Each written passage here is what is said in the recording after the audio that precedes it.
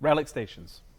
So you may have seen, as you were watching the videos, that there were additional collectible items that you can find through the map, and those are relics, as shown at the icons at the top of the screen here.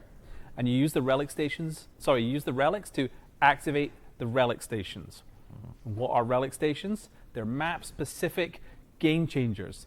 They could be new locomotion abilities, map-specific. They could be big match-swinging events that you can activate using the relics you find around the map. So this is the third lane of strategy that we have in the game. That's right. And again, it's an additional layer of focus for teammates to choose as they're kind of experiencing in a match what it is that they're going to focus on. Do they want to be someone who is really just, again, focusing on kind of the sweep of the area and getting those wumpas, or are they going to be our team's person going around grabbing those relics and helping us activate these stations?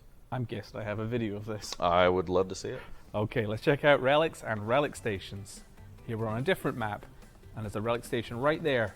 It says beach ball over it. I've got a good guess what this is. Yep, and so one of the things you'll see here is that Crash is making his way around before getting to the beach ball relic station, which he activates, and now is in a beach ball, which gives him some extra collision power to knock those enemies into the drink.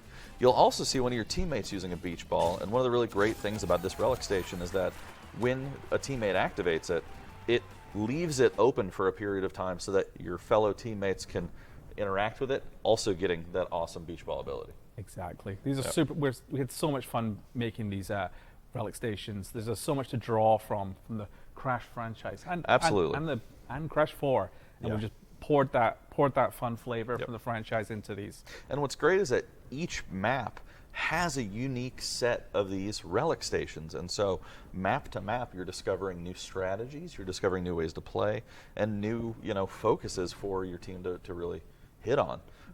But one of the things that's really cool is that while there are all these smaller relic stations, there's one central epic relic station. You want to tell them about epic relic stations? What do you just say that again? Epic relic stations. That's right.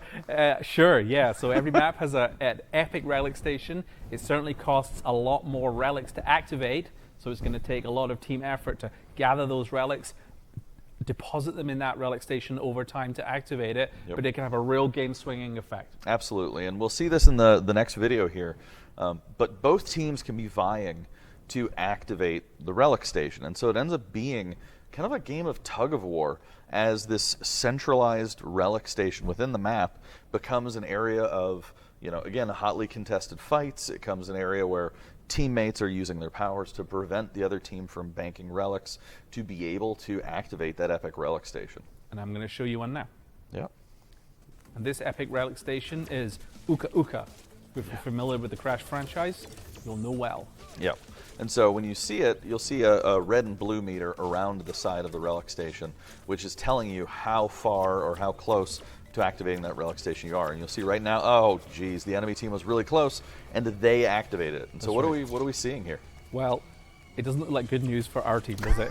Not at all. We've got meteors raining from the sky. It's turned to night. Every enemy player is in a ball of doom, causing you trouble. Ball of dooms just usually cause trouble. I'm gonna put that out there as a blanket statement. That's right. But one of the things that we've seen with these relic stations, especially the epic ones, is that they can absolutely turn the tide of a match. And so, vying over that epic relic station can sometimes be, what wins or loses a match. That's exactly right. So let's just recap those core three things that make up the core of the game.